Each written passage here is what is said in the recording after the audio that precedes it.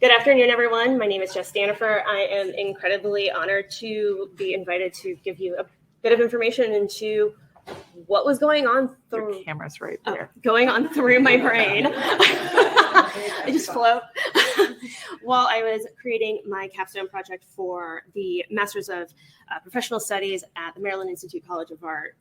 So give you a slight intro into Slowly Drowning, my capstone project, as well as how it all started. And then there's two main themes in my inspiration: personhood as well as visual language, and then how it all added up. So Slowly Drowning, it is a storytelling-esque piece that was created using story maps from ArcGIS. And essentially, it is an exploration into the very troubling statistic that women are, in America, more susceptible to problematic drinking, that this has been on the rise for the last 20 years, that there are a lot of health concerns that are a part of it, and kind of what is happening to our bodies through this increase of alcohol use. In addition to these facts and figures that are pretty sobering, pardon the pun, there's also narratives of individuals who have dealt with alcohol use disorder, who are reevaluating their own relationship to alcohol, and giving a bit of inspiration as well as non-judgmental facts about this issue.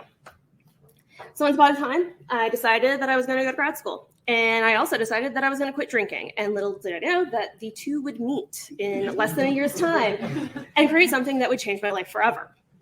And it all started with this New York Times article, which was published the week I got sober.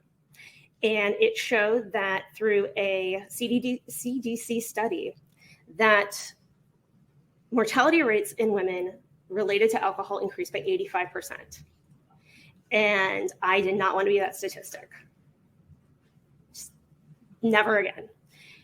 I was also absolutely fascinated by this data. I wanted to know all the ins and outs of it, and it led me through to the National Survey of Drug Use and Health, also back to the CDC, several studies that were done through MD Anderson cancer treatment on the connection between breast cancer and alcohol use. Rabbit hole cemented. So then by the time my capstone came up, this was the obvious topic that I needed to cover. It needed to come out. And all of the things in my brain needed to get spilled out onto the story maps page. So a big part of it is that non-judgmental part. And to do that, you want to connect people to personhood, to lived experiences.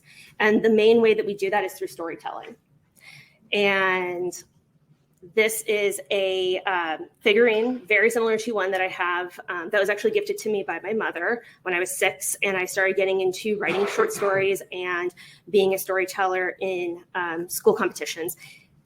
This is a Pueblo figurine of the storyteller, also referred to as the singing mother. And it shows the central figure who is passing down oral history.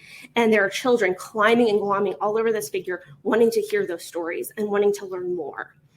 And I feel like this is the perfect embodiment about how we want to hear other people's stories, how this is how we bridge and connect to one another. And so it became absolutely imperative that storytelling be a big part of the piece. And when I first got sober, This Naked Mind and Quit Like a Woman, those were the two books that gave me solace and let me know that I was not alone in this journey. And then Invisible Women in Data Feminism were huge influences, especially those 7 principles in data feminism, in how do I bring the personal narrative into such sensitive data. So each section of the site, and you will see elements from the project peppered throughout this presentation, each section is pretty data heavy. There's a lot of layers to it. There's a lot of information thrown at you. And so the period is a quote from an actual person talking about their own experience with alcohol use disorder. I wanted to give a face and an anonymous name and a story so that the reader can take a breath, internalize, and move forward with that narrative, which led me to the works of Gabrielle Marie.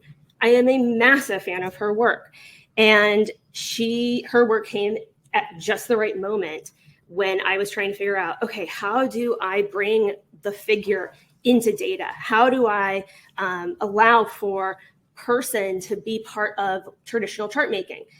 She came into our class to speak, and it was the exact week that we were supposed to like kind of start storyboarding how this thing was going to look. And this was the skeleton key for me. This was me understanding what successful combination of traditional chart making and collage could be, as well as bringing in analog elements such as these painted blobs, which also leads me to my other inspiration, the artist's hand. I was a printmaker in undergrad, and I was obsessed with perfectionism.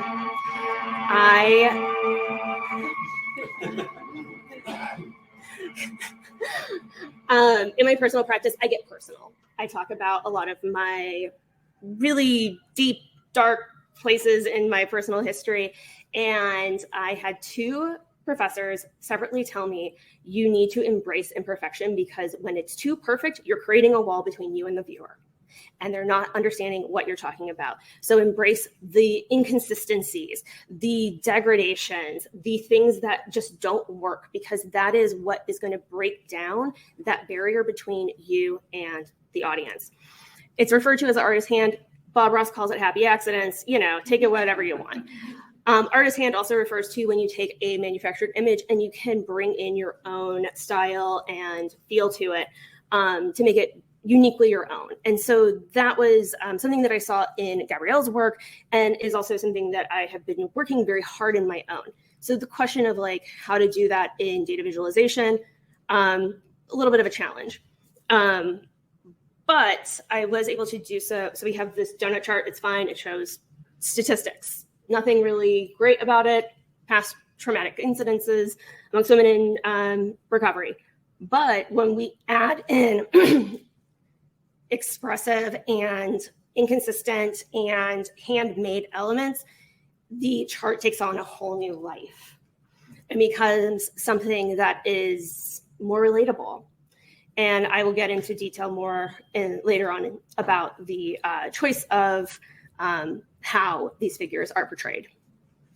So that leads me to visual language.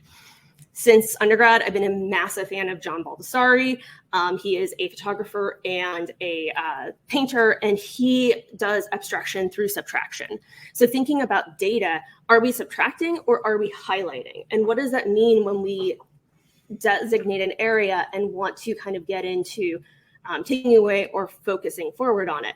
So I also really love this quote that he never puts things away, that they just kind of stay in his mind. And I feel like that is 100% who I am. So the idea of highlighting I used when trying to further illustrate the differences, the physiological differences that are happening between men and women in how we process alcohol, and how women are more susceptible to things like liver cancer, colorectal cancer, breast cancer, all of these horrific things.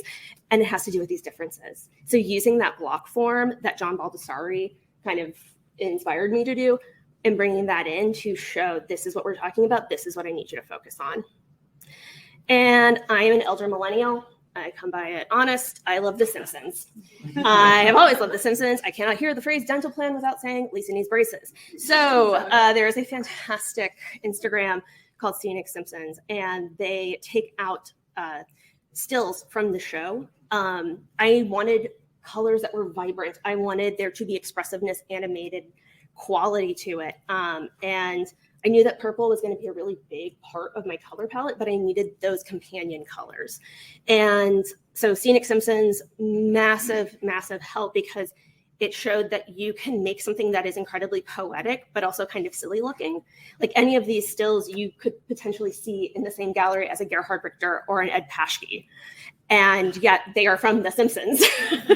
So using that unconventional color to portray these women was very key in order to allow for this very intimidating, very serious, dire data to make a connection with people, to allow the audience to potentially see themselves in this data. So I very much encourage you to check out Slowly Drowning. It is 1000% a labor of love. And with that, from my heart, thank you so much.